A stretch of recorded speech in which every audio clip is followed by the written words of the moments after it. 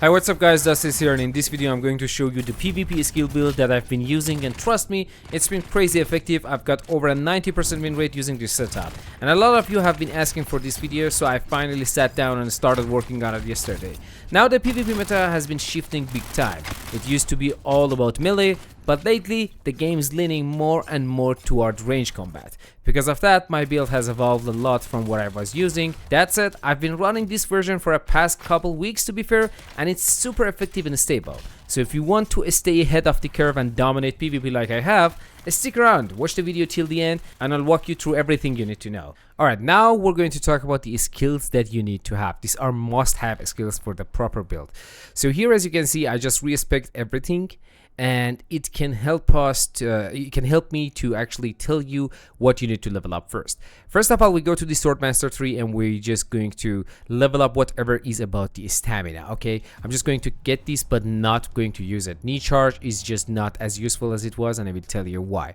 And then after you got that, you want to level up other things so you can open up the Swordmaster tree. And here I'm going to get the field medicine max out. It will increase the restoration when you're using a health kit. Then I'm going to get the cripple strike, which is the strongest one. We're going to use it. It is one of the abilities that you have to use because it's OP and everybody using it, to be fair. I mean, if you want to have those proper fights, 1v2s, 1v3s, especially group fights, I mean, beside the ones that happening in desert outside and people just spamming rockets, okay? So this is something that you must have. I mean, I'm using it and I have more than 90% win rate in this game. I'm telling you, this is the strongest ability. Then you want to get the general conditioning, which increase your max stamina, as you can see, by 25. It's insane, not gonna lie.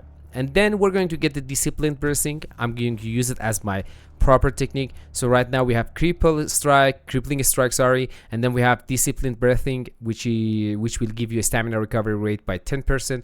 I'm going to max it out. Give me a sec. So it gives you 20%. And then the desert conditioning doesn't matter because you are always going to drink water. I assign it to one of the keys that is easy for me to reach, as you can see, and you can drink water whenever you want in this game, so it doesn't matter, you can do it whenever you want. And then I mean, yeah, even if you're in your vehicle, you can drink water. The only time that you cannot drink water, I guess, is when you're actually climbing, just like this. You cannot drink water then. That's the only time. So even mid-shoot or fighting, you can still drink water. So make sure to drink water when you're just doing your stuffs. Stay hydrated, that's what I mean. Okay, here the next ability that we need to level up is the optimize hydration. It will increase your stamina when you're hydrated, so we're going to level that up. Nick, we're not going to use it, I'm telling you, but we need the confidence. It increased the damage medication, as you can see. Max out is 25%, which is insane, so make sure to grab this as well. And here you're going to level up your blade damage all the way up. It can increase your blade damage. And then we're not going to use any of this, so it doesn't matter, just get one so you can unlock the long blade damage and level this up all the way up to max out. Alright, this is all we need from the Swordmaster tree, I guess. Hope that I'm not missing anything. I guess not. So you got everything from the Swordmaster tree. Now go to Bene Gesserit tree, and here you want to level up recovery.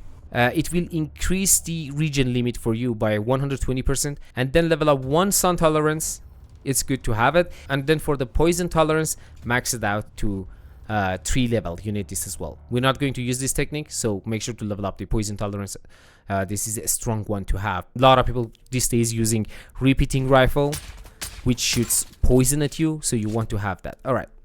And here for the self-healing, it's another one that increase the healing effectiveness. Max it out. And then here we need the vitality, which will increase your maximum health. So we're going to level that up as well. Okay, and now we don't need anything from here, only one thing, which is called blade damage.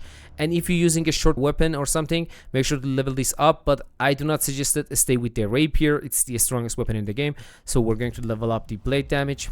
Alright, and then for the planetologist tree, it's really up to you if you want to level up something, if you're mining or you want to level up your cut ray mining or stuff like that. But there is nothing useful here for fighting, so I'm not going to cover this. If you have a spare skill point, you can go here and just level up whatever you want. Let's go to Mentat tree, and here there are things that we need to level up. Yeah, So here, as you can see, we have some stuffs that can increase your range damage. So all of them can be found here in the mental calculus or something like that. So we're going to level up our range damage to the level 3. We need that.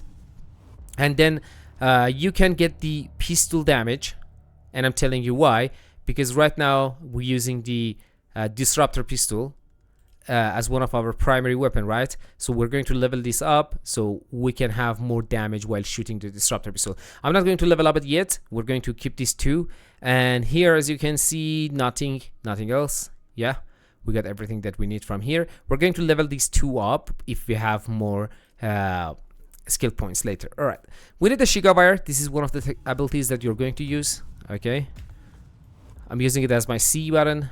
It's easier for me to push, and this is another technique that you definitely want to have it. It will decrease your abilities cooldown by 30%, so we're going to use it here as one of the techniques. To be fair, your Shigawire, just look at that, the cooldown on it is 5 seconds right now, so whenever you do it, but it's different when you use it on the enemies. For example, just let me show you that here. So if I use it on the person or something, it's gonna be 17 seconds, and with the battle hardened you already decreased it by 30%, so which is insane. So make sure to get that. I'm using it as an active technique. From the Suspensor training, I see a lot of people telling me get the anti-gravity field, many people using it. I'm not going to use it, but I will tell you what you need from here. You definitely need the Suspensor dash. We're going to use the Suspensor dash. What this actually gives us is, let me just show you, for example. So when you jump, you can dash in the sky, which is many people already using. You can dash and shoot, and if you're good with it, it's really strong, even for escaping. And this Suspensor efficiency, you really want it all the way up, I'm telling you, because it will decrease the Suspensor power drain by almost 20%. All right, from here I'm going to get the blast. This is my active skill, so it doesn't matter which way you choose to go. Suspensor belt, and I'm going to use it here. So these are my proper techniques.